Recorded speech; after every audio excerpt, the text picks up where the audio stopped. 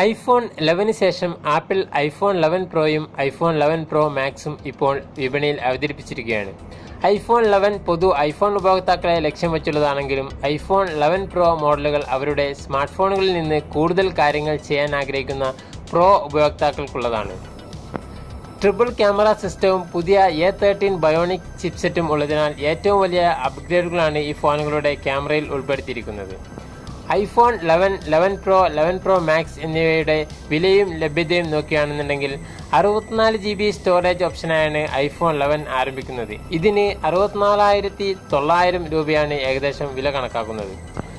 High end iPhone 11 pro, 11 pro max എന്നിവ യഥാക്രമം 99 GB internal സ്റ്റോറേജിൽ നിന്ന് ആരംഭിക്കുന്നു. ഇവയ്ക്ക് യഥാക്രമം 99,900 രൂപയും 1,09,900 രൂപയുമാണ് വില.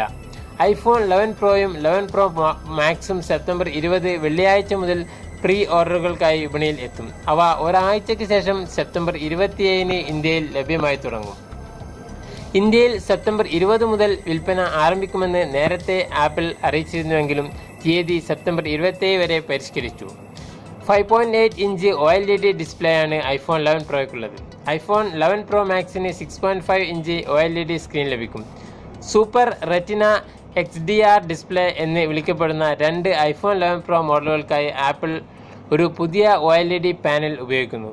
ഇത് 1200 നൈറ്റിൻ്റെ പരമാവധി തെളിച്ചവും 2 മില്യൺ മുതൽ 1 കോൺട്രാസ്റ്റ് റേഷ്യോയും വാഗ്ദാനം ചെയ്യുന്നുണ്ട്. 3 ഐഫോൺ 11 ഫോണുകൾക്കും പുതിയ A13 ബയോണിക് ചിപ്സെറ്റാണ് നൽകിയിരിക്കുന്നത്.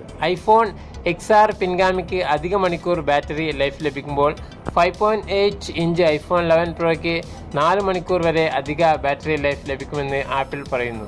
അതേസമയം ഐഫോൺ 11 പ്രോ 5 മണിക്കൂർ വരെ അധിക ബാറ്ററി വാഗ്ദാനം ചെയ്യുന്നു. ഐഫോൺ 11 പോലെ തന്നെ ഐഫോൺ 11 പ്രോ മാക്സും എന്നിവയും പുതിയ ക്യാമറകളെ എടുത്തു കാണിക്കുന്നു. ചതുരാകൃതിയിലുള്ള മൊഡ്യൂളിൽ ട്രിപ്പിൾ റിയൽ ക്യാമറകളുമാണ് പ്രോ മോഡലുകൾ വരുന്നത്. വൈഡ് ആംഗിൾ ടെലിഫോട്ടോ ക്യാമറ എന്നിവയ്ക്ക് പുറമെ അൾട്രാ വൈഡ് ആംഗിൾ ലെൻസും ഉൾപ്പെടുന്ന 12 MB സെൻസറാണ് 3 ക്യാമറകളും വരുന്നത്.